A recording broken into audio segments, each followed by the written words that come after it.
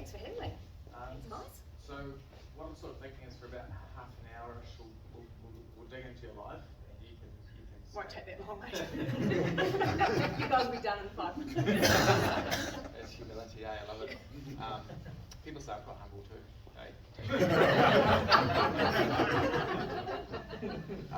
So we'll dig into your life, your early days, and then obviously into your competitive career. I really like to pop the hood on that and understand the psychology at the time that you achieved the level you did. And then there's obviously a transition period into family and where you are now with Peer Group and how all that stands out, and then a little bit of Q&A. Yeah, good job. All right, fantastic. So tell us about your upbringing. Where were you born? I grew up in and decided to move down to the Waikato. That was Auckland, by the way. Grew up there for 26 or so years. Did all my schooling up there, and most of my early cycling career was up in Auckland.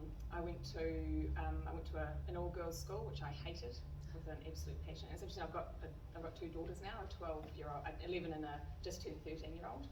And it's really hard not to prescribe an educational situations for them that that are based on your own experiences. Just trying to think what's best for them with their own education, whatever situation confronts them.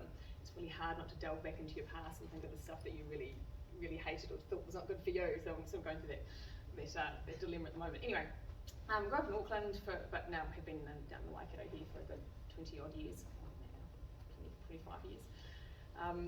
Older brother, and was a complete couch potato, just an absolute average kid at everything, not an academic, certainly not a sports person for the first 16 years of my life. Wasn't really interested in anything at all. Got suspended from my all-girls school that I was at. Tried my best to be kicked out permanently, but unfortunately it didn't happen, so I had to go back. But interesting, and again I see it with kids now. It was hopping on a bike that basically steered me from going down that path to a path that wasn't where I was heading. So without sport, and that for the first time in my life at 15, I found something I was interested in, found something that was challenging, found something that sort of channeled all my energy that was used to going to causing trouble and trying to get kicked out of school. And suddenly this world of goal setting and achievement and motivation and excitement was just opened up, and then that was set with me for the next 20 years. I was reading your father and grandfather were both cycling successes as well. Was that sort of seeded into you? No, not at all. No, my papa died before I started cycling, and I had no idea. I had no idea that. So both my papa went to the Empire Games. He managed 1938 Empire Games in Sydney, and he managed the Olympic team for Melbourne in 1956. He was the fastest man in New Zealand in track cycling for a number of years. And my dad represented New Zealand as well, and he was one of the fastest men for his age in New Zealand for a number of years as well. But I knew nothing of that at all until about 2 years after I'd started cycling.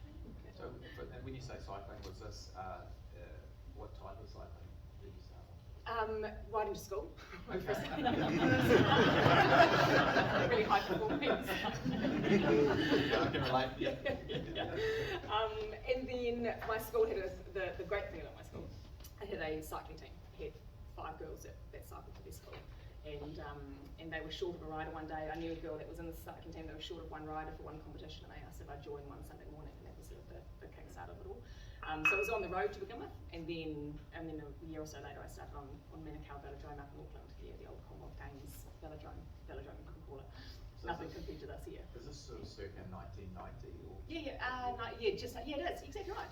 Commonwealth Games 1990. Yeah. Right, and so you got involved in high school and started having some success, or what started? Not silly. No. I started and finished dead last in the first race I went in. But I just loved it. I loved the feeling of camaraderie, and like I said, I was a really average teenager. I really hope my daughter's not like me. Just turned 13. I just think, this is going to be utter payback. I was horrible, just awful, horrible teenager. But then suddenly I had this team of other cool girls that were on the team, and it was literally like someone turned the lights on.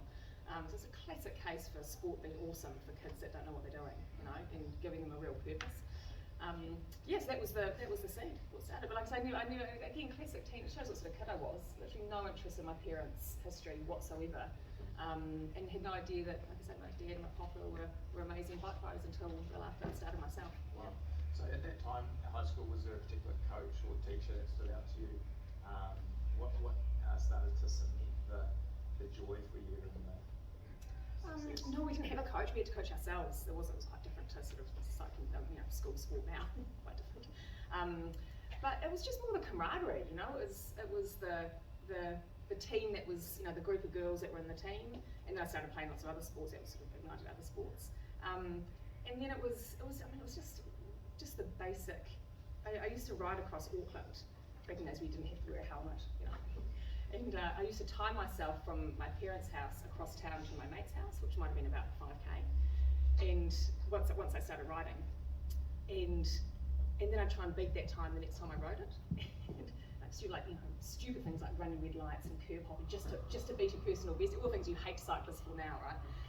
But the feeling I got when I shaved a second off my personal best riding across Auckland, it was like nothing I'd experienced before. And I still remember it now. I still remember the satisfaction of looking at my little computer on my bike. Oh my god, yeah! And then I just wanted to do it again. And then the more I did it, the better I got, the more success I got, and then it was just self-fulfilling. So it was just those really early days, and that sort of philosophy just continued. Do you just slight digression? Do you do that now with certain things, like these little internal competitions where you've got to try and do something better than last time? Yeah, a little bit. I'm not really the most competitive person anymore. I'm quite a realist as well. I have basically no talent or skill in anything else. so basically my new life goal was basically to keep expectations really low of myself. so I'm always always extremely happy with my achievements. Yes. All right. Oh, Right. That's helpful. thank you very much. Thanks, Rob. Okay, so talk us through how you started getting competitive. Where did that happen? Was it the school competition, or what was how did it transition? Yeah, no, just club racing. It was really sort of. It doesn't really happen as much these days because of all the racing back when I grew up in Auckland was all done on the road. I look back now on some of the road circuits we used to race around Auckland, and now they're just, you know, you'd never ride a bike around there, let alone race a bike around there, you know. But it was just you know, winter club racing on Saturday afternoons, wearing all my, you know, all the hand-me-down gear that someone might have given me, hanging on to the other 20 guys that were in the race, because no girls really race bikes back then that much. But it was just really old school club-based sport.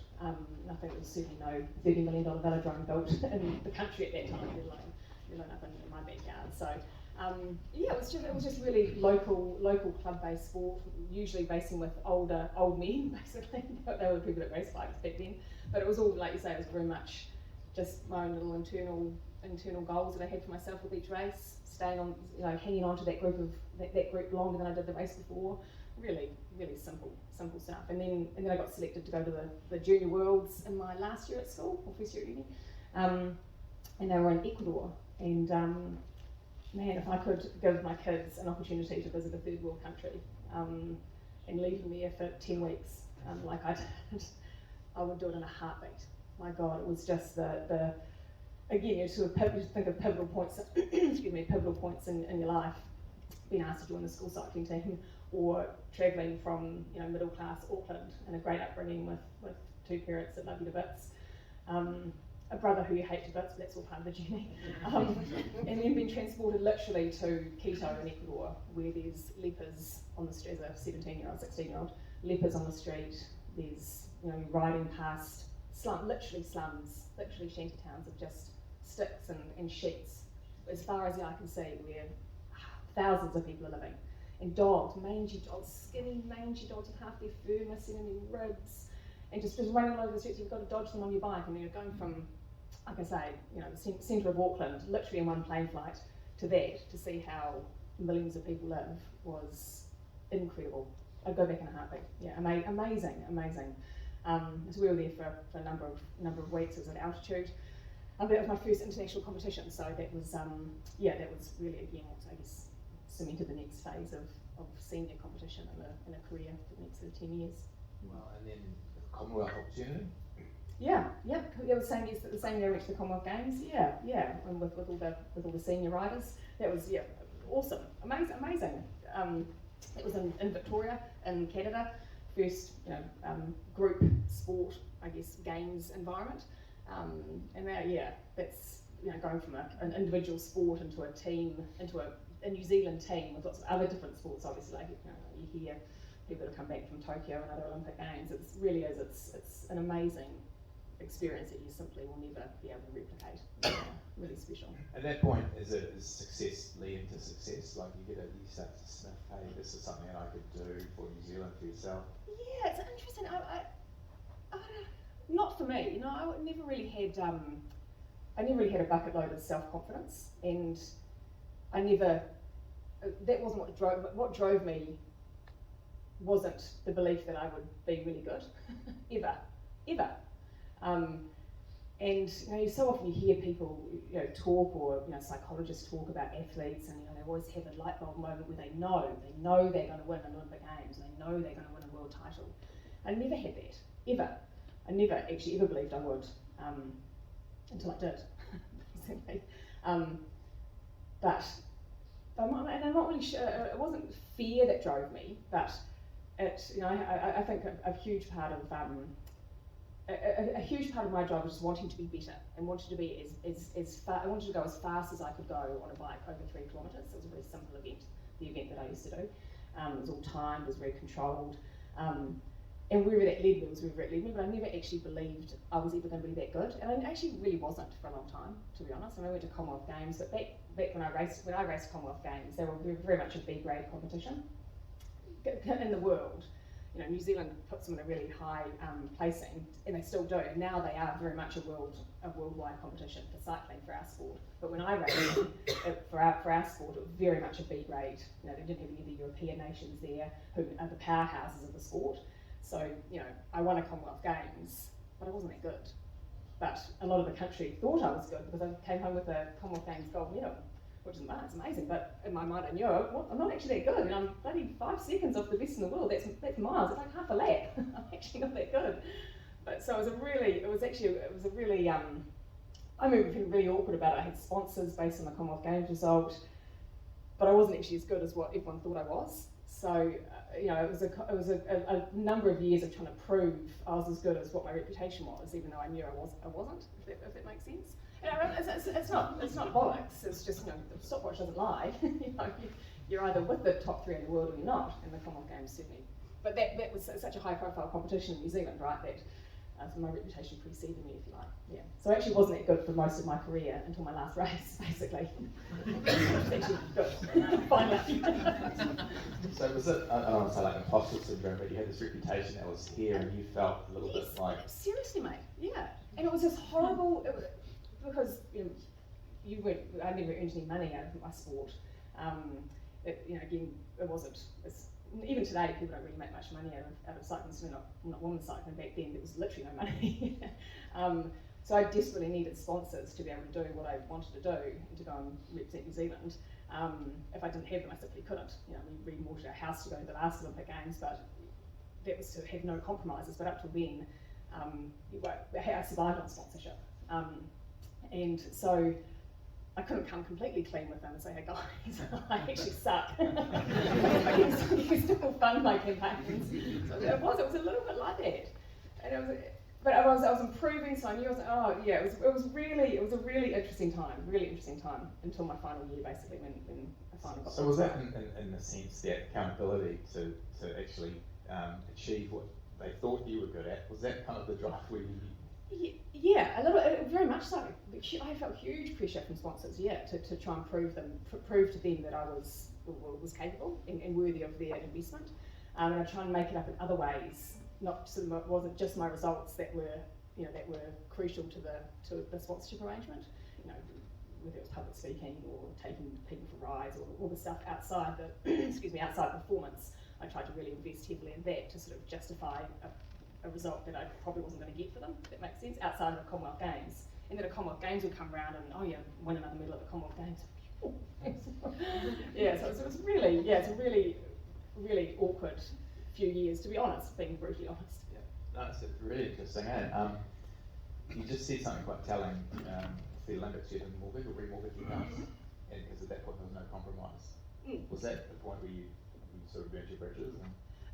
Well, it was sort of the year before I went to 3 Olympic Games, and again performed pretty averagely at 2 of them, and then finally got it right for our last one. And before our last one was in Athens in 2004. But the year before that, I'd actually retired for that very reason, for the reasons I've just described. Not actually believing I had the goods to come home with what I wanted to come home with from the Olympic Games. And I wasn't prepared to go through another year of other people's investment, other people's support, and as well as my own time, and sort of put life on hold, if you like, not move on with my own life, and I didn't know what I was going to do with my own life at that stage, for the sake of another minor placing, another 4th, another 6th in the Olympic Games.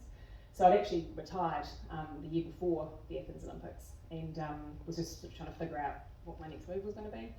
And my partner at the time, who's still my partner now actually, funny enough, Brendan, ladies and gentlemen. No, he had been a cyclist himself. He was working at the time, and he came home from work one day in the middle of the day, and told me he'd just quit his job. And again, well, I won't say what I said to him. We're down to a 1-income family now. You can't quit your job. I actually fully thought he was going to go and do another Ironman. I was like, you're not quitting your job to do another bloody Ironman. Anyway, he hadn't. He had actually quit his job to try and convince me to continue cycling for another year for another Olympic Games. And again, at that, I mean, this was bloody, what was it? Was it 20? Almost 20 years ago. 20 years ago. So there was no Cycling New Zealand as such. There was, but that was basically one person that wrote the licenses, and a part-time coach that took teams away to a world champs, and the rest of the time they had a day job, sort of thing. So there was no sort of 30 or 40 people employed at a world-class facility here, and someone, you know, handing you plane tickets, saying where you're going to go and where your next race is, and here's your training program. It was all down to me, basically. You know, in terms I coached myself, and had to figure out where in the world I was going to go to train, what competitions I was going to do, you know, which was great. But there was no sort of environment to direct you at that point as a cyclist in New Zealand. So that's one of the reasons why I decided to flag it. Anyway, so he said, look, let's give this one more crack. We'll do it properly. We won't compromise things. We'll throw the kitchen sink at it. I'll be your wingman, basically. We'll leave no stone unturned, whatever it takes. We'll mortgage the house. We'll do whatever we have to do to go as fast as you can possibly go. And he basically, the guts is that he didn't think that I'd gone as fast as I could go to that point. He thought there was something more there, and it just needed more support. And he thought he could provide that. Wow. And we're still together, which is amazing. Yeah, so that again another pivotal moment, right? Yeah, so but that sort of forged that then became the philosophy. We only had at that stage, it was actually only 10 months before the Olympic Games. I hadn't ridden for months, but it was quite it was a really different approach. There was no compromise. Wherever we need to improve, whatever we need to invest in, we will do. So it was cool. It was really, it's actually cooler looking back on it than at the moment. But you know, things like at that stage he said, right, we're going to go and live in the south of France. You know, I love France. I love riding my bike. I love riding my bike there. But it was so expensive. You know, normally we'd go to a crappy place on the east coast of America. It was just horrible, but it was cheap, cheap rent and cheap racing, cheap to get around. And like, no, bike ride, we're going to go to the south of France. You know, environmental motivation is going to be really key. Yada yada yada. He engineered a new bike that was built. You know, I'd always ridden, and to that point, the New Zealand team had always ridden Australian-built bikes or French-built bikes. There were basically 2 different bikes for track cycling at that stage. One built in Australia, one built in France, and you either chose that one or that one. But they were the best in the world. So everyone rode these bikes, the look or the BT. So we'd always ridden the Australian bike. We always paid Australians tens of thousands of dollars to ride their Australian-built machines, which used to gut me. And Brendan came along and said, right, why can't we build a bike in New Zealand? Why can't we build? Why all the mirrors cut technology here? why can't someone in New Zealand build a wickedly fast carbon fibre machine? A personal, a custom built one. There were no custom a custom carbon fibre machinist in New Zealand. Anyway, so that kickstarted a project whereby we had a New Zealand built frame built in New Zealand by a kayak builder who'd never built a track bike before. We found a guy in Christchurch who worked with a whole bunch of university geeks in, out of Auckland, who's physicists, that could stress test my old bike and see where I was putting power through what part of the bike at what stage. He gave that information back down to a wind tunnel in Christchurch. So we had all these people working together to come up with a bike that was built just for me, all over New Zealand and all out of New Zealand expertise and technology. Found another guy in the Americas who worked in the America's Cup that could source aeroplane grade carbon fibre from overseas, and that came in. So it's just basically literally bringing people up that we didn't know, saying, do you want to be part of the project? Yeah, so it was basically in terms of that was the philosophy, leaving no stone unturned. Yeah, so you start to see it layering up, new bike, mortgage, your husband or partner went, double down on you. That must have put a bit of pressure on you. You obviously had a lot of faith in you and saw something that perhaps you needed just that push. Yeah, exactly. When you're getting towards that competitive piece and it's in sight, what's going through your mind, mentally and physically? Are you redlining, like you can't go any faster, you're going to burst? What's that? When you're actually racing? Yeah, I mean, you guys have ridden bikes or ridden hilly circuits or race bikes or any sort of physical exertion, you know the feeling of pushing your body. And the event that I used to do was 3 kilometres, and it was all very much timed so that you've got absolutely nothing left after 3 kilometres. So you're basically riding at 99% pretty much the whole way, and you have to pace yourself to get the absolute best out of yourself over those 12 laps, over those 3 kilometres. And yeah, it's a horrible event. It's awful. You start knowing that it's going to be the most painful experience at that point. I remember the night before the Olympic Games qualifying ride, actually. We were in the Olympic Village, and we were discussing the time that, in that event you have a schedule that you have to ride to, and it's sort of 12 lap times that you're meant to hit every time you come around the velodrome. And that's the schedule that gives you the end time that you should, at the end of that, if you hit your schedule, you will have ridden the exact time that your schedule says you would have ridden. And Brendan had the schedule in front of him and said, right, I think this, we've done the analysis on the track and seen people train, and I've been training a couple of days beforehand, and he's like, mate, you're going to need to break the world record in order to qualify fastest or in the top 2. Yeah. And I actually remember thinking, A, I'm not capable of that, because no one in the world has been capable of that to this point. But also I remember thinking, my God, this is just going to hurt so much. Because all the other races I've done have hurt so much, this has to be even faster than that. So yeah, so it is. It's one of those races that there's no leeway, there's no rest period. It's 100%. It's horrible. Yeah. So you went there. You went to the pain cave, obviously. You achieved it. What was it like? When did you know? Did you know you'd done it when you did it, or after the race? When did you know that you'd done it? Like in that event, one person starts on one side of the velodrome, one person starts on the other. You have your own start-finish line, and you basically chase each other around the track. And when you finish your race with the 12th lap and your front wheel crosses your start-finish line, a gun goes off. So you normally know if you hear a gun before you hit your start-finish line, you've lost the race. And you never look across the track to see where you are. That's a bit of a big no-no. And 4 years prior to that, I was racing off at the Sydney Olympic Games for a bronze medal, and it was even the coach, the New Zealand coach, was called it even, which means on the schedule, which means I'm even on the rider on the other side of the track, even. So it was almost a dead heat. I remember the final lap come around, racing off for a bronze medal. It's basically a hometown Olympic Games, the Sydney Olympic Games, with families there, I've got friends, they're amazing, racing off for a bronze medal. It's even, and I come up to my start-finish line, and the gun went off when my front wheel crossed the start-finish line. And at that moment, I was a bronze medalist, and just the elation was just phenomenal. And for half a lap, I was the happiest person in the velodrome, until I didn't hear another gun go off. And the race was so close, I'd actually lost it by 8/100ths of a second, but there's only one gun because it was so close. So 4 years later in Athens, any race after that, I refused to believe that I was either even in the lead, let alone winning, until I'd hurt another gun basically. So to answer your question, even though I could actually see the competitor in my in my peripheral vision, I refused to believe it. I refused to believe that I won or would win until I had. Yeah.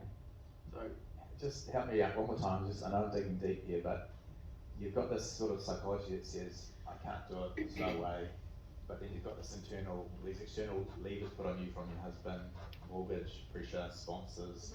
You know you can do it. What was the tipping point in that going to that world record setting moment? I don't even know if I knew I could do it, to be honest.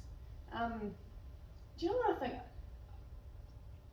Yeah. So my theory is I've got an older brother who's 18 months older than me, and I hated him so much, with an absolute passion. I hated him more than anyone in the world business now.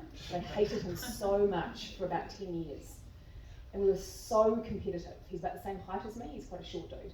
And he was just a little bit better than me in everything. Just a little bit smarter than me, just a little bit better at everything we did. And he used to beat me up, and I hated him. And he was the one person I wanted to beat more than anything. But he was always just a little bit better than me. But I had to fight. I had to fight for everything, I mean, make it sound like I had a bad childhood. No, I'm going to say fight. Fight for in the little competitions that we had, right? Fight for everything. Every single thing was a competition with him. Sprinting and fighting for the front seat of the car, sprinting and fighting for the last biscuit, the elbows out, punching, everything. Or whether it's, it's a game of tennis on the street before we go to school, or a bike ride to the blooming mate's house. Everything was a competition, but it was always really close. And I always tried to win, but I never did. But it never ever stopped me fighting. And I swear that was the best upbringing.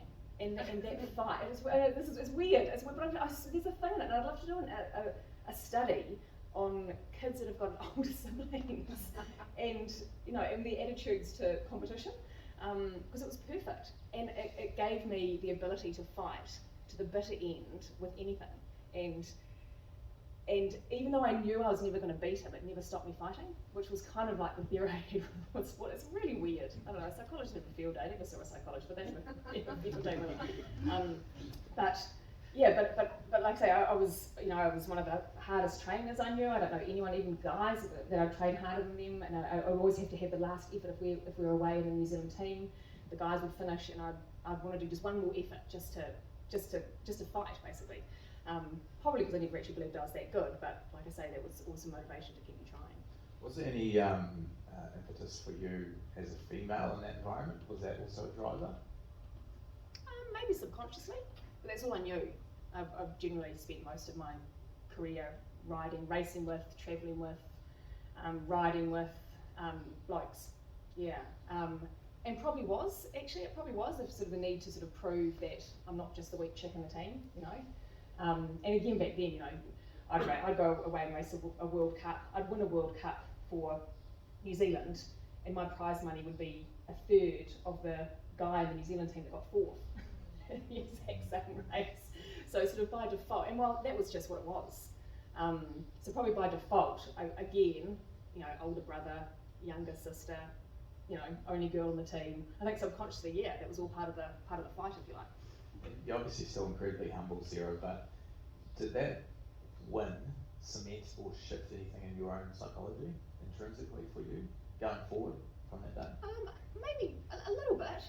I think it probably did. I mean, it didn't necessarily give me bucket loads more of self-confidence like that, but it made me believe that if you fight for something long enough, you can do some cool things. And actually an example of that probably is, and to never give up the fight. So like I said, I went around in circles for like 12 years. Literally around in circles for 12 years, doing not much in particular. Nothing really that spectacular until my 12th year, right? And it wasn't like it was a great lifestyle, but it was hard and it was expensive, and sort of fast forward 20 years with our little Te Awa project here. We've been around for now 13 years. We thought it would take 4 years, it's taken us near 13. And we thought it would cost about $5 million, it's cost nearly $35 million. But we're in for the long haul, and we didn't receive any central government funding, and I feel like I'm blowing my own bloody trumpet now, but we didn't receive any central government funding for a number of years because our project wasn't deemed iconic enough. We weren't part of the Great Ride network that was the legacy of the John Key government, which is amazing. 22 Great Rides, but we never received any money from that because our project here wasn't deemed, like I say, iconic enough, long enough, and they didn't actually think we'd be able to do it because we were a concrete trail, and they didn't actually think we'd be able to achieve what we said we were going to do. So we never received government funding for that. We never received transportation funding because we weren't really considered a viable transportation project. Hamilton wasn't really big enough. Cambridge and Narrawahi as feeder towns weren't really large enough towns to really, be a viable transportation project to be able to unlock any central government transportation funding. So we were kind of in limbo with no central government funding, even though we kept trying. And we just didn't let it go. I just refused to let it go. And we'd literally fly down to Wellington, meet the guys at NZTA, sell our project, tell them why we should be receiving money when these other projects around the country have.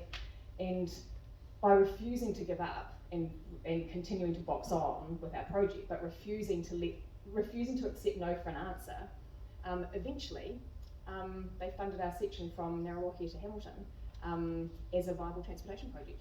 But it was just being prepared to have no, or fail, or a loss, and relate it to cycling terms, and be prepared to take that for a long period of time with the overall fight, I guess, shows that some cool things can happen. So that probably came from my cycling career. Cool. Now we'll jump to that, Te Awa, but tell me, post your competitive career, the Perry Group, Te Awa, how did that all happen, and where's it all at now? What's the vision?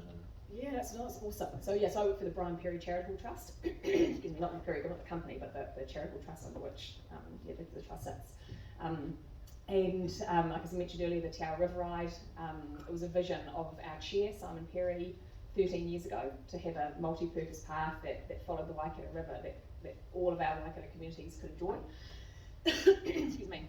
And again, we thought it would take a lot less time and cost a lot less money, but the vision 13 years ago was a 65-kilometre linked up multi-purpose path, and now, thanks mate, I'm assuming it was for me. And we're now about a month away from completing that, which we just can't wait. But that's been the brainchild of Simon Perry himself, and then I was when I first moved down here. Actually, I was on the trust of the Te Awa River Ride Charitable Trust, and now I work for the trust as basically the trail manager, if you like. Yeah, so it's the most awesome community project, one of many that the BPCT manage and create for the community. But this one in particular for me is once we're finished, it'll be a real catalyst for the Waikato to bring people here, catalyst for community. Well, it already is now for communities to get out and get moving. We're already one of the busiest trails of its kind in the country. We have counters on all our sections, and compared to other trails around New Zealand, we're one of, if not the busiest trail already, and we haven't finished it yet. So yeah, it's cool. It's a great legacy for our region. So good. Jenny's giving me a little bit of hurry up, but I'll go one more question. We'll go to the floor for some Q&A. Can you give us a teaser? I mean, I've obviously had some sneak peeks, the adventure park, and just let people know what's in store. And yep. So the Horotū Adventure Park, that's part of the Te Awa Lakes residential development that's happening right now in Horotū. Basically repurposing an old landfill site to turn it into basically $1 billion residential community. So that's been undertaken by the Perry Group, under which is now the Te Awa Lakes group. But an offshoot of that that will sit under the charitable trust, under the Brian Perry Charitable Trust, will be an adventure/recreational park. So that will be managed by the charitable trust. We've done a little bit of workshopping in terms of what the community want to see in that. It'll be a mixture of paid activities, but then a whole lot of free community facilities, bike park, walking tracks, that basically the greater Waikato region can enjoy. So the first part now is underway, which is residential and commercial development, and once that's got a bit more momentum and a bit more traction, we'll come in and solidify the adventure side of it. And what sort of things might we see at that park? Can I say like Rainbow's End but better? All will be revealed. It's actually a bit of a moving scale at the moment. Yeah, excuse me, in terms of available land, and it actually is changing as the time goes on with the residential park developing. What the community want, you know, we're going to do a bit more workshopping to what we did over lockdown in terms of what the community want and a little bit of what the residential community wants. So, but there'll be hectares of recreational park there that will be able to be used by, like I say, the local community and visitors alike. All right, we'll go to the floor now for a few questions. So I'll just run this mic around. If one from Tracy at the front. Hi there, it's been really inspirational listening to you. It's so refreshing to hear someone who's like, yeah, I knew that I was going to do it, to hear your story. I always ask people what they're reading. It's just an interesting thing for me. But have you written a book, or have you considered writing one? Because I think you should. Definitely not. No, absolutely not. No, there's no way. No. Again, that would be a very short. You would need No. But I'm reading Boris Johnson's Winston Churchill at the moment. The Churchill Factor, yeah. Yeah, really interesting. Thank you.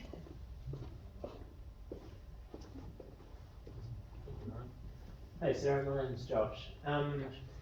Firstly, I just want to say like how amazing you are. You're a really amazing woman. And sort of growing up, I think I was probably 8 years old when I saw you win the Olympics, and yeah, just wanted to. I mean, you're a real humble, like classic Kiwi, but just wanted to really affirm you in the amazing achievement that you've undergone, and just the amazing woman that you are, and even what you're doing now with the Perry Group and stuff. Really aspiring to be able to get out there and ride it shortly and stuff. Really cool. And one thing You I say did, that to my kids, by the way? Yeah. And really as well, like really cool hearing about your partner, because I was always told as well, like when you won the Olympic Games there, it was the story of, you know, Sarah Ulmer and her partner was her coach, and they did it together, you know. Yeah, I'd love to meet him as well, you know. It sounds like the second half of your story.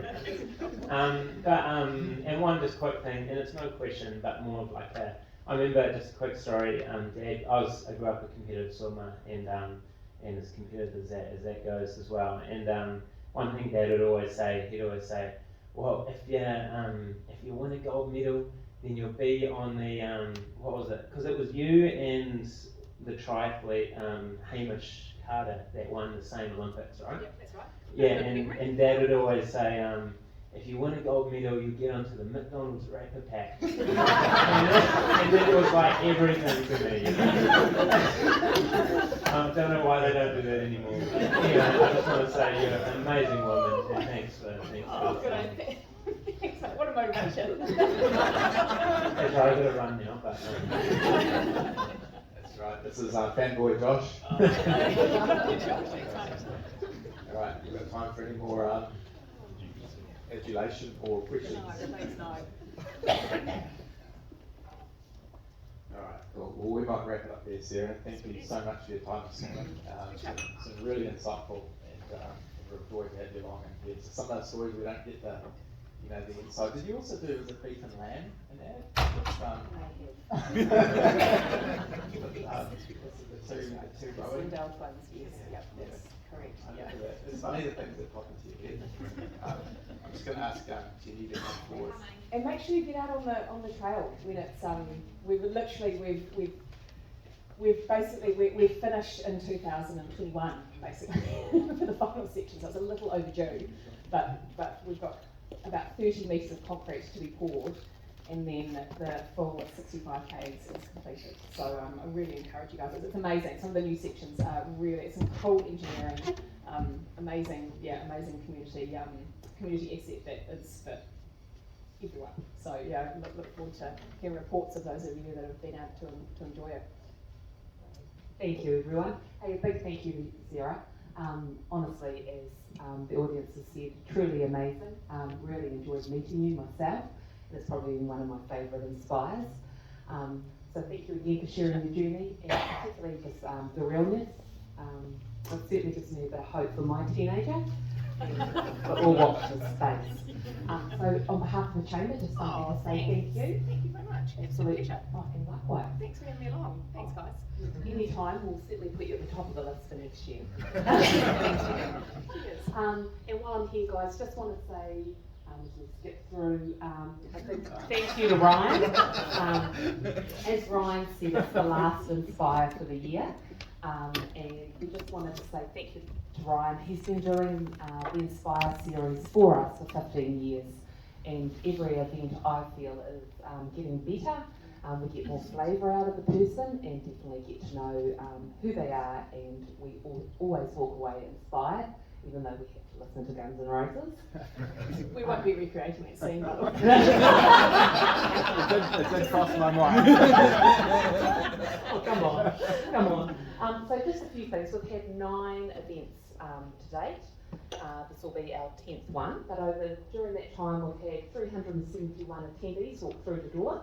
Our biggest event was Ian Foster when he came to talk to us, and the timing of that was just impeccable, and we had 103 people.